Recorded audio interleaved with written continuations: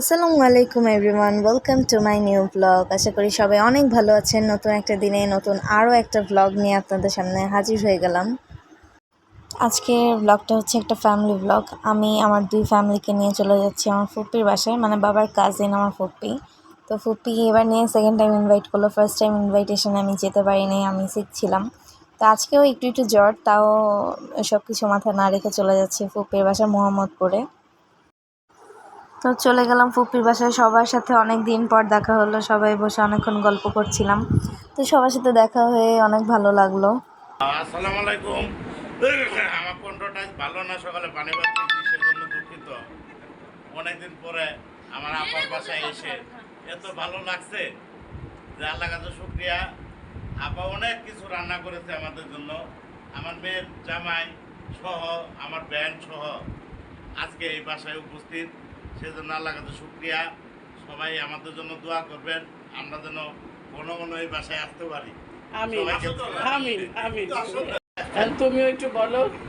না, আসছে আমাদের খুব প্রিয় একটা ভাই, গ্রামে গেলে খুব আপ্যায়ন করে।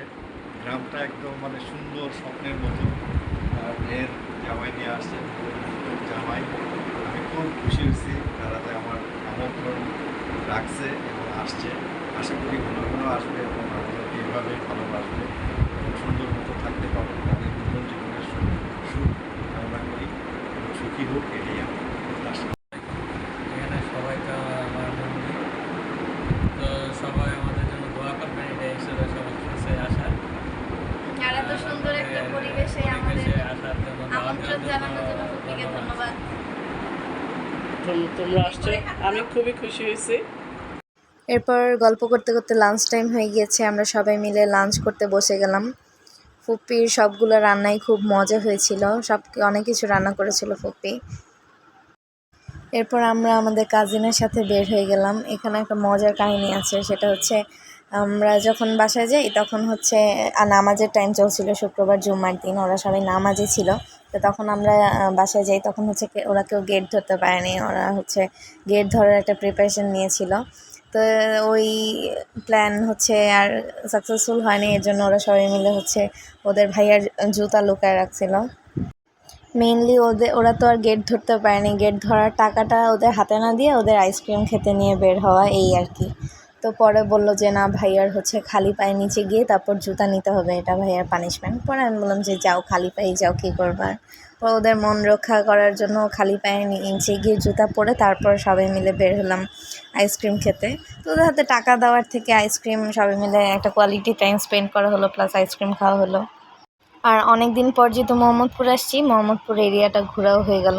তো কাছে কোথাও যাবই এটা বলেই বের হয়েছি। পরে দেখলাম যে টেস্টি স্ট্রিটে যাবো ভাবলাম, তো টেস্টি স্ট্রিটটা বাসা থেকে দূরে ছিল। তো আমরা সবাই মিলে এক রিকশায় উঠে গল্প করতে করতে চলে আসলাম। তো আসার পরেই ঝুম বৃষ্টি শুরু হয়ে গেছে। তো আমরা বৃষ্টি দেখতে দেখতে এরকম একটা ওয়েদারে সবাই মিলে বসলাম এখন ডিসাইড করতে কী অর্ডার দিব। তো ওরা বললো যে আইসক্রিম খেতে আসছি, যেহেতু আইসক্রিমই খাবো। তো সবাই মিলে একসাথে বসলাম, অনেকক্ষণ গল্প করলাম।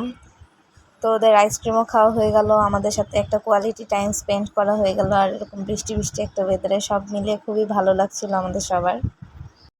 তো আমাদের আইসক্রিম চলে আসছে, আমরা আইসক্রিম খাচ্ছিলাম আর এটাই ভাবছিলাম যে বৃষ্টিটা কখন কমবে আর আমরা ফুপির বাসা কখন ব্যাক করব।